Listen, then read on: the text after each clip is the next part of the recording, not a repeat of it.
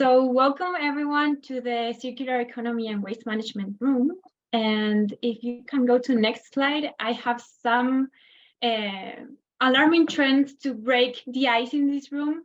So first of all, I want to tell you that over the last 30 years, we have lost an area close to the size of Iraq due to deforestation.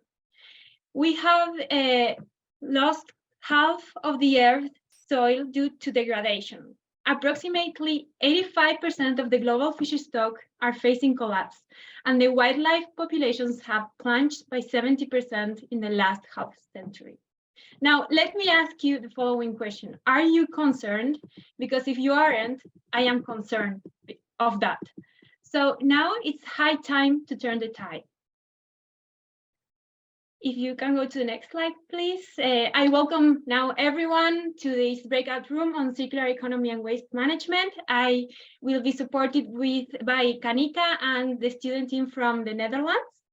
And I will be speaking first about the role of the creative industries and youth in building circular economy and tackling waste, and therefore promoting sustainability. If we can go to the next slide. Thanks. As we all know, waste is a major challenge facing our planet today, and it's imperative that we find solutions to address this issue. By adopting circular solutions across the key systems, we can fulfill the needs with just 70% of the material that we currently use. So this is crucial, and it can bring the vital signs of the planet but back to the safe limits. A circular economy does this by prioritizing systemic solutions that help us use less, use longer, use again, and make clean. Creative industries such as fashion, architecture, design, and art have the potential to transform waste into worth and to contribute into building a more sustainable future. So,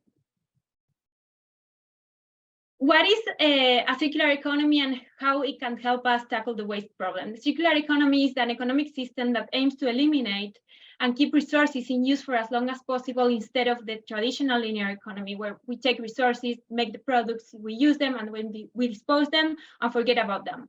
The circular economy seeks to reuse, repair, and recycle the materials to reduce the waste and minimize the impact on the environment. Creative industries can play a crucial role on this, and also the youth, as we already talked about. Young people are not just the leaders of tomorrow, they are also the change makers of today. With their innovative ideas and the fresh perspective, young people can drive positive change and help to create solutions to the challenges that we face. However, to truly engage young people in the sustainability agenda, we need to involve them in the process and provide them with the tools, technologies, and the resources and the opportunities to take action. Through co-creation and collaboration, we can empower youth to drive the transition towards a circular economy and build a more sustainable future for all. Getting young people involved in social action can give them a sense of responsibility and ownership and inspire them to take real action. This is important because humanity needs social action to promote justice, courage, humility, and humanistic values, and to reject the negative effects of ego, fear, and anxiety. By working together towards a higher common goal, we can create a better future for everyone. Now, I want to give the word to Kanika, as she is a true example of a change maker of today, and she can tell us her experience, her real experience in the project that she's leading in India. Kanika, the stage is yours. Thank you, Carolina. Thanks for setting the context so well. I'm from Conserve India, and Conserve has been practicing circular economy at the grassroots level with waste workers and artisans for plastics and textile waste. Here in this image, you see how landfills are even today. Grassroots workers, our waste workers, are scavenging through these landfills barefoot with minimal safety precautions, trying to create a living out of waste. We work with these waste workers and encourage them to use waste as a resource, but in a way that uses technology, is value additive, and in a fair trade way. Could you go to the next slide, please? So Conserve India is a social enterprise. We divided in the non-profit. The non-profit is dedicated to creating technologies and building the capacity of these waste workers and artisans to create micro enterprises. We also have a commercial arm called Lifafa that supports these micro enterprises with design and marketing support, as that is the core challenge that grassroots enterprise face today. Could we go to the next slide, please? Conserve has been in operation since 1998, but we became a social enterprise in 2005, and we have patented our technology since 2008. We've created several processes and technologies, and today they help create a more sustainable future by generating livelihood, by creating economic resilience, and empowering marginalized communities. We have been able to upcycle 360 tons of plastic waste and build the capacity of 2,800 persons by increasing their income by 150%. Could we go to the next slide, please? We partner with youth groups. These are grassroots groups of artisans, of green entrepreneurs, of youth looking to get into sustainability and looking to get into entrepreneurship. And we can make them aware of how waste is an opportunity and how circular entrepreneurship, green entrepreneurship, and sustainable businesses are the wave of the future. Here you see some images of our textile waste recycling center, our plastic waste processing center, and we also, with the production trainings, we also give them business function trainings so that not only do they understand how to use these technologies, but can become self-reliant businesses. In this way, we're just presenting a case how circularity can be the future for the youth to create sustainable businesses for themselves. Thank you. And I think there's another slide with our products. Yes, these are some of our products that we made from plastic waste. This is all 100% single-use plastics, and all the colors you see, they're all original colors of the plastic bags themselves. These deliver a value addition of 3,000%, which enables us to give fair trade wages across our supply chain. So this is just to encourage the youth today to take this forward. And Carolina, back to you. Thanks. Thank you, Ganika. I will give now the word to our student colleagues from the Netherlands that are right now in India. Yes, so we could go to the next slide. Maybe, yeah. So yeah, as mentioned before, we are Elena, Dureit, Clara, and me, Marjolein, and we are the student team from Windesheim University, which is based in the Netherlands. And as part of our minor, we are currently in Delhi, India, working, managing a project between a collaboration from Conserve and HxN. We started this project in February in the Netherlands, but we arrived in Delhi about a month ago. And in this month, we have been learning about Conserve's work by, for instance, going to their RUP centers, so their recycling and upcycling centers.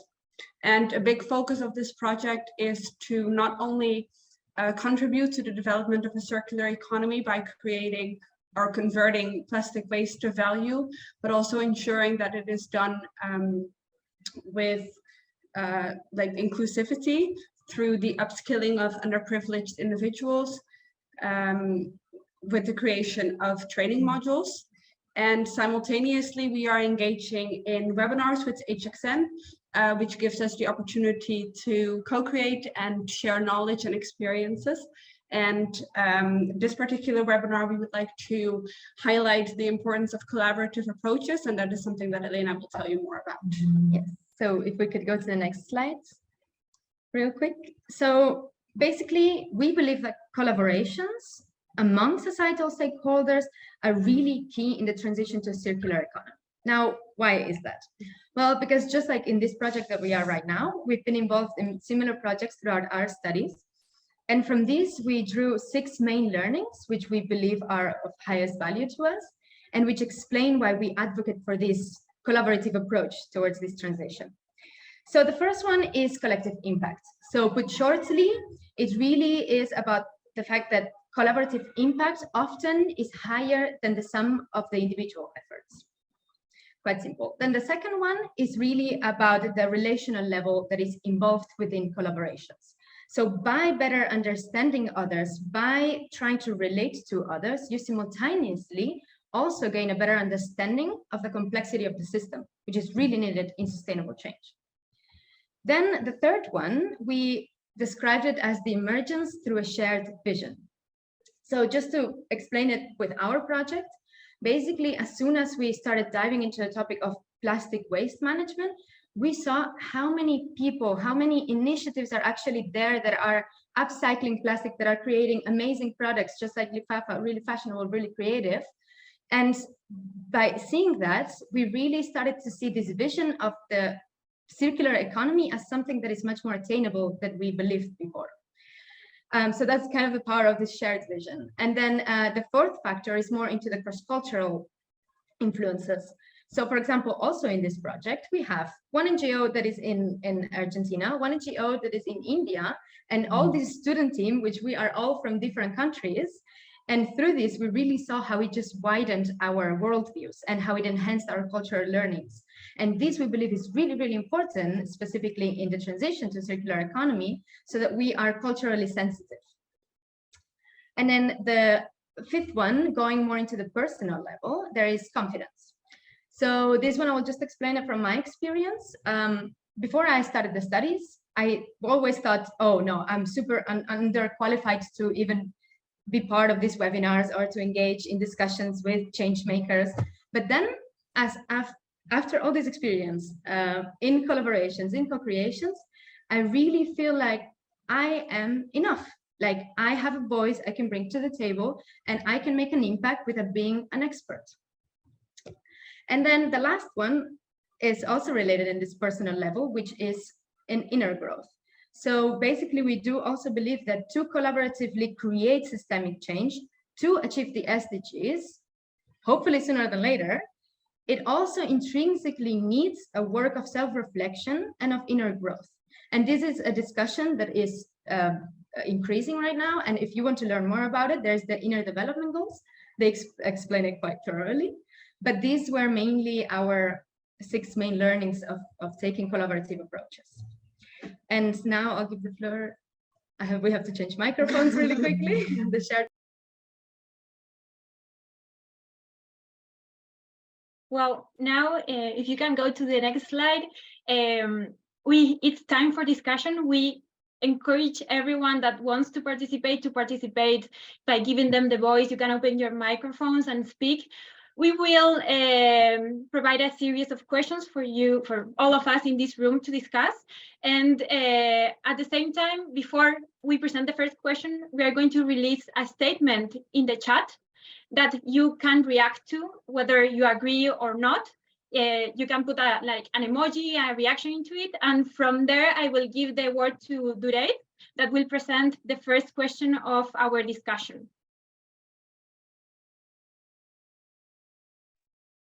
Yes, hello everybody. My name is Dureit. I'm also part of the student team, and this is also my teammate Clara, right there with me. We are all here on the collaboration with, as you already heard, from Conserve and Eco por Nosotros. I will send a real quick statement on the chat, and I want you to react either with a thumbs up, thumbs down, or with whatever emoji you might feel like suitable for it.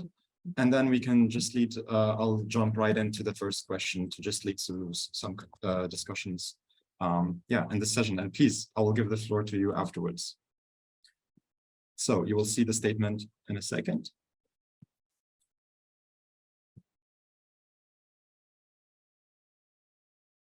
And then to the next slide, please. So for the first question, we really want to discuss about what are some of the innovative solutions young people can develop for circular chains and waste management. And please feel free to speak up or even type anything into the chat.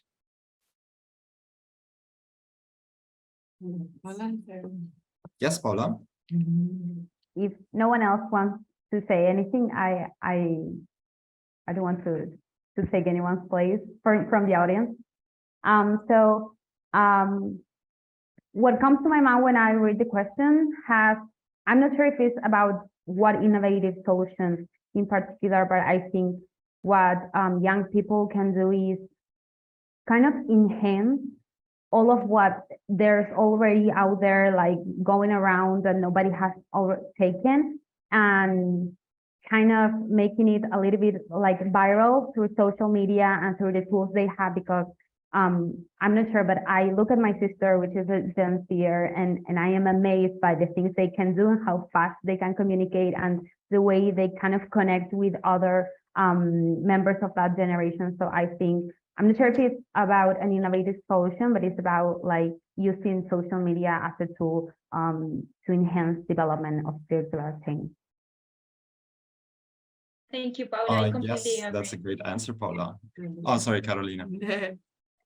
No, guys, if you want to go ahead, please do. Sorry, we couldn't hear that again? But if you want to go ahead and make your statement, please feel free. Yes, actually, also there's also something within kind of collaborative and innovative solutions that we think that a lot might work. And a lot of it is also kind of initiating a lot of recycling programs and also waste reduction campaigns, along with youth can play a really big role in also developing new circular businesses. An example of that, we have actually a company that we have in our own community. It's called Ragnarok, and I will share it with you in a second. But it produces also circular fabrics out of tencel materials, which cuts down about 95% of their water consumption and about 90% of their carbon emissions. And companies like these, we should support more and give also more initiative, because there are youth out there really giving out businesses, and they're trying to drive for this sustainable change. Yeah, and a lot of it is also really, but then that also needs some support from a lot of the regulations, and also with incentives from governments and businesses.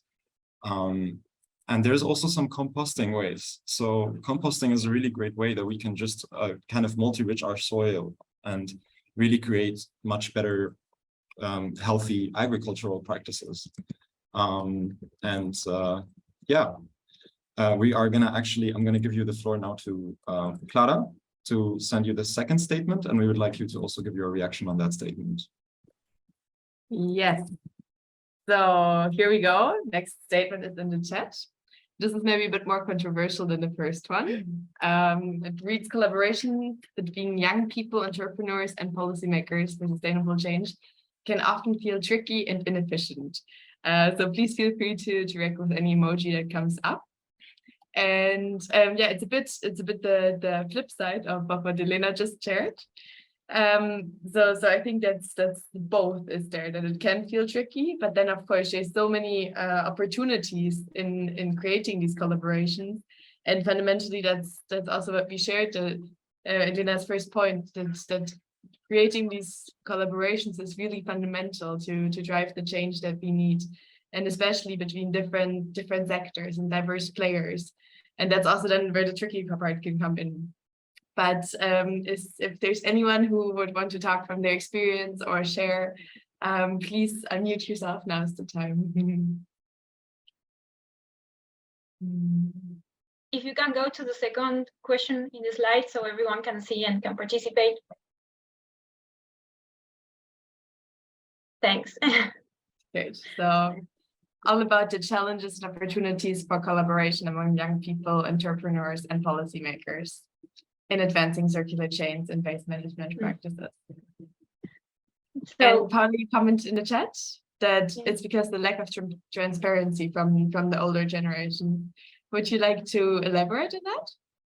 I think that I totally agree with Paula, not only from the older generations, but also from the governments and other institutions, and it's lack of transparency. Sometimes I think that there is here a conflict of interests, because we have some really huge brands that in their advertisement they advertise green policies and changes for good. But if you scratch a little bit the surface and you look inside of these huge brands or governments or however you want, like a lot of institutions do this. It's a lot of greenwashing. In the back, they are not doing what they are really saying like what they are saying they are doing. So I think that that's a huge challenge to like bring transparency into the arena. And Yeah, absolutely. Thank you for sharing. So we already have the lack of transparency. Then what you say, maybe a trust, different trust between different stakeholders. As Ikanika is commenting different expectations, so that there's maybe different belief systems, different ideas growing up, so that it takes really time to align these interests and ideas and to empathize in a sense. And then I think also, I believe also that the stakes are so high, so that makes this whole conversation so loaded, because I think then there's of course the young generation who is really facing planetary overshoot in many different areas. And maybe to name an example, in Germany there's a lot of coal mining that used to be done. And now the Green Party has actually worked out a deal with the company that is responsible for all the coal digging to stop the digging by 2030. And but there's villages that are still being torn down. And so there's a big movement of activists and so on that came to this village. You might have heard of it, Lützerath is the name. And we're there and protested, and with some friends, I was also there. yeah. And Totally. and that was really a crucial moment where you see how the Green Party and the companies are working to dig or to destroy this village and to dig the coal, which in their eyes is part of a good green sustainable alternative and a good trade-off. But you see so many people who are protesting there against this land being torn down for coal. And so I think that's an example of how everyone has a different understanding, and how there's also, when I was there, I also sensed so much fear involved, fear of the future, exactly as Caro started. Are you concerned? And I see Gisela commenting now, one size fits all. So I think that's also a big problem, that it's such they call it also hyper object. So it's you cannot grasp the crisis that easily. Yeah.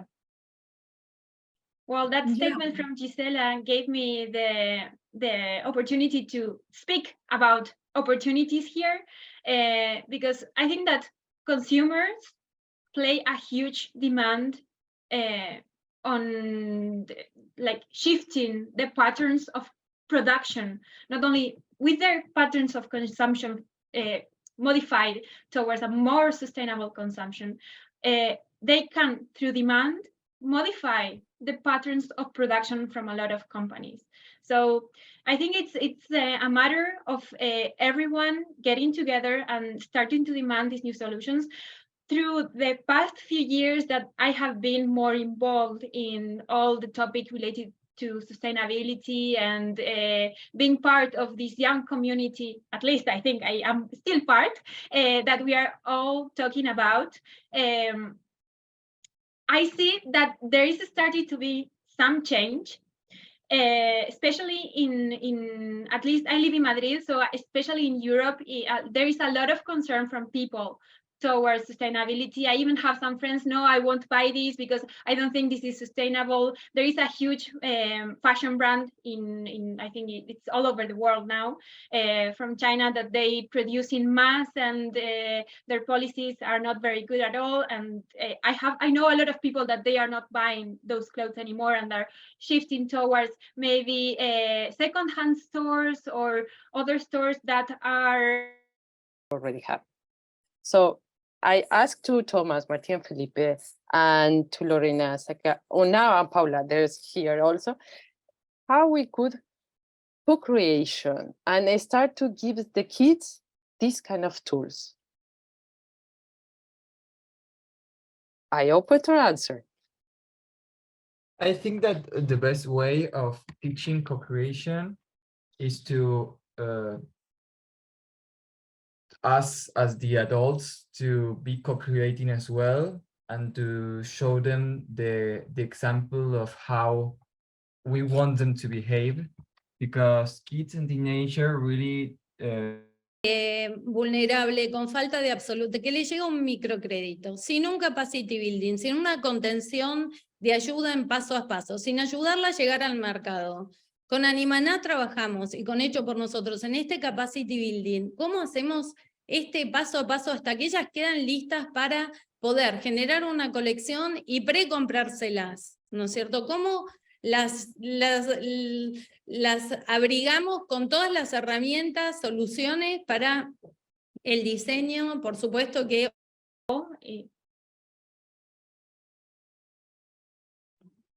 Like, I think when I understand of youth and what they can do, I actually think of three main things, and it's often where the opportunities represent is by advocating, so really by protesting and being involved through actual action, and then innovating, which is through creating different solutions, and also protesting and going out there and really being involved to really let their voices be heard, and then make policy so policy makers can also hear their voices. And I think with advocacy come also a lot of cultural changes in cultural norms in the messages that we send. Yeah. So yeah, I think these are the three kind of things that I can think of what youth can do. Thank you. Thank you so much today. Sorry to interrupt. We need to start closing this session. It has been a really good discussion. Thank you everyone for collaborating and engaging with us in the chat. And key takeaways from here is that there needs to be a change, of course, as we have been saying throughout the whole session, and that youth plays a key role, and that we all have to collaborate together to connect between people in order to make these movements that Dave was just talking about, and generate sustainable solutions and ideas. And there is a lot to do. So I encourage everyone in this room that if they are interested in that, take their interest to a further step and collaborate. There are always NGOs or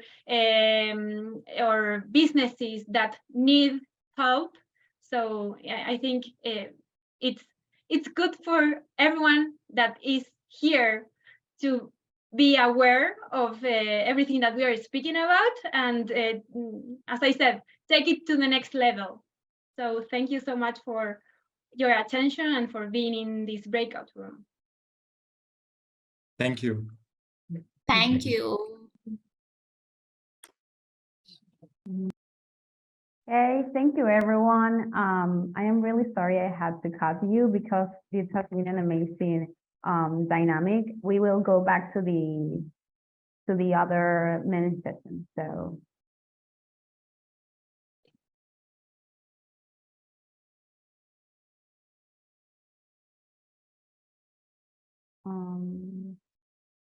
Okay, so we will wait a few seconds. Everyone will start coming in. I was saying I'm really sorry I had to cut off all of your really interesting discussions because I jumped out on the sessions and everyone was having like everyone was really into the dialogue, creating these amazing questions. Everyone was thinking and putting all of their best. So thank you all for that. I want to make sure everyone is here. Give me 1 second. Okay, we have 20 seconds left. Ay, ¿por qué se pasa tan rápido el tiempo? Time flies, I know.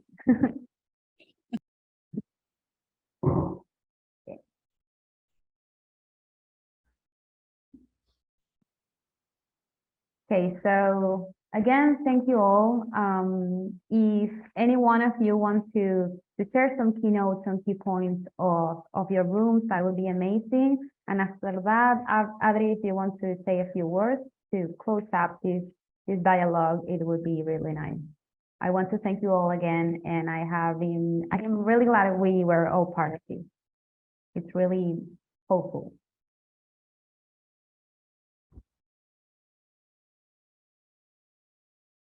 Thank you for this great opportunity. It's amazing how, as Adriana say, it has to be local projects around the world, and in these spaces is where we can share, where we can get feedback, where we can see that we are not the only crazy ones in the location. So thank you for this excellent opportunity.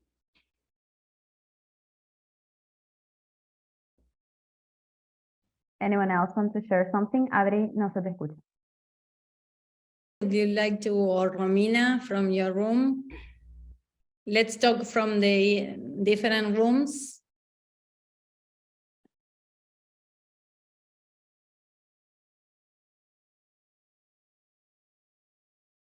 Well, me. Yes, we share a lot of opinions about leadership, mentorship, also, but more for the education since the first class. There was a really rich conversation. So thank you so much from Martin, Tomas, Felipe for the conversation with Lorena, Sakina. This is really grateful. Thank you so much.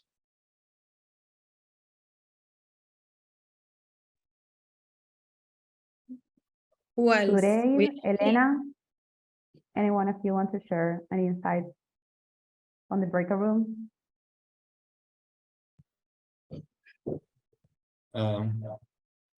Yeah, I can actually tell a bit about our breakout room. I mean, we actually had very great and inspiring discussions, and especially to us being involved as a youth, being part of a project team with Eco por Nosotros and Conserve, speaking about our experiences and our learnings, and then hearing also from others about what they think about the whole situation, how we can actually drive sustainable change, was really inspiring. And yeah, so I would like to really thank for that session. And it has been great to talk with everybody involved, like Caro and Paula, everybody who was involved also in the comment section. There was a lot of participation. So yeah, thank you all for that.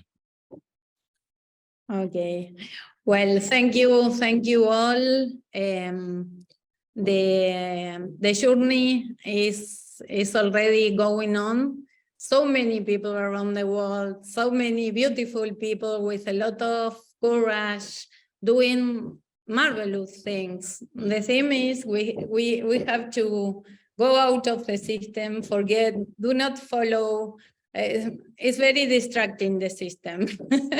So, and put efforts in creating the new system where we are much more connected. We need less about all this noise from outside, and projecting how we produce, consume, how we love things, how we recover the soul of things that we use, that we dress, and from there that we eat, and where we work, that we share the values of everything we do. So the fragmentation of our value chains has a lot to do with this fragmentation that we have. When we go to the work, we have a hat, we are professional, another hat.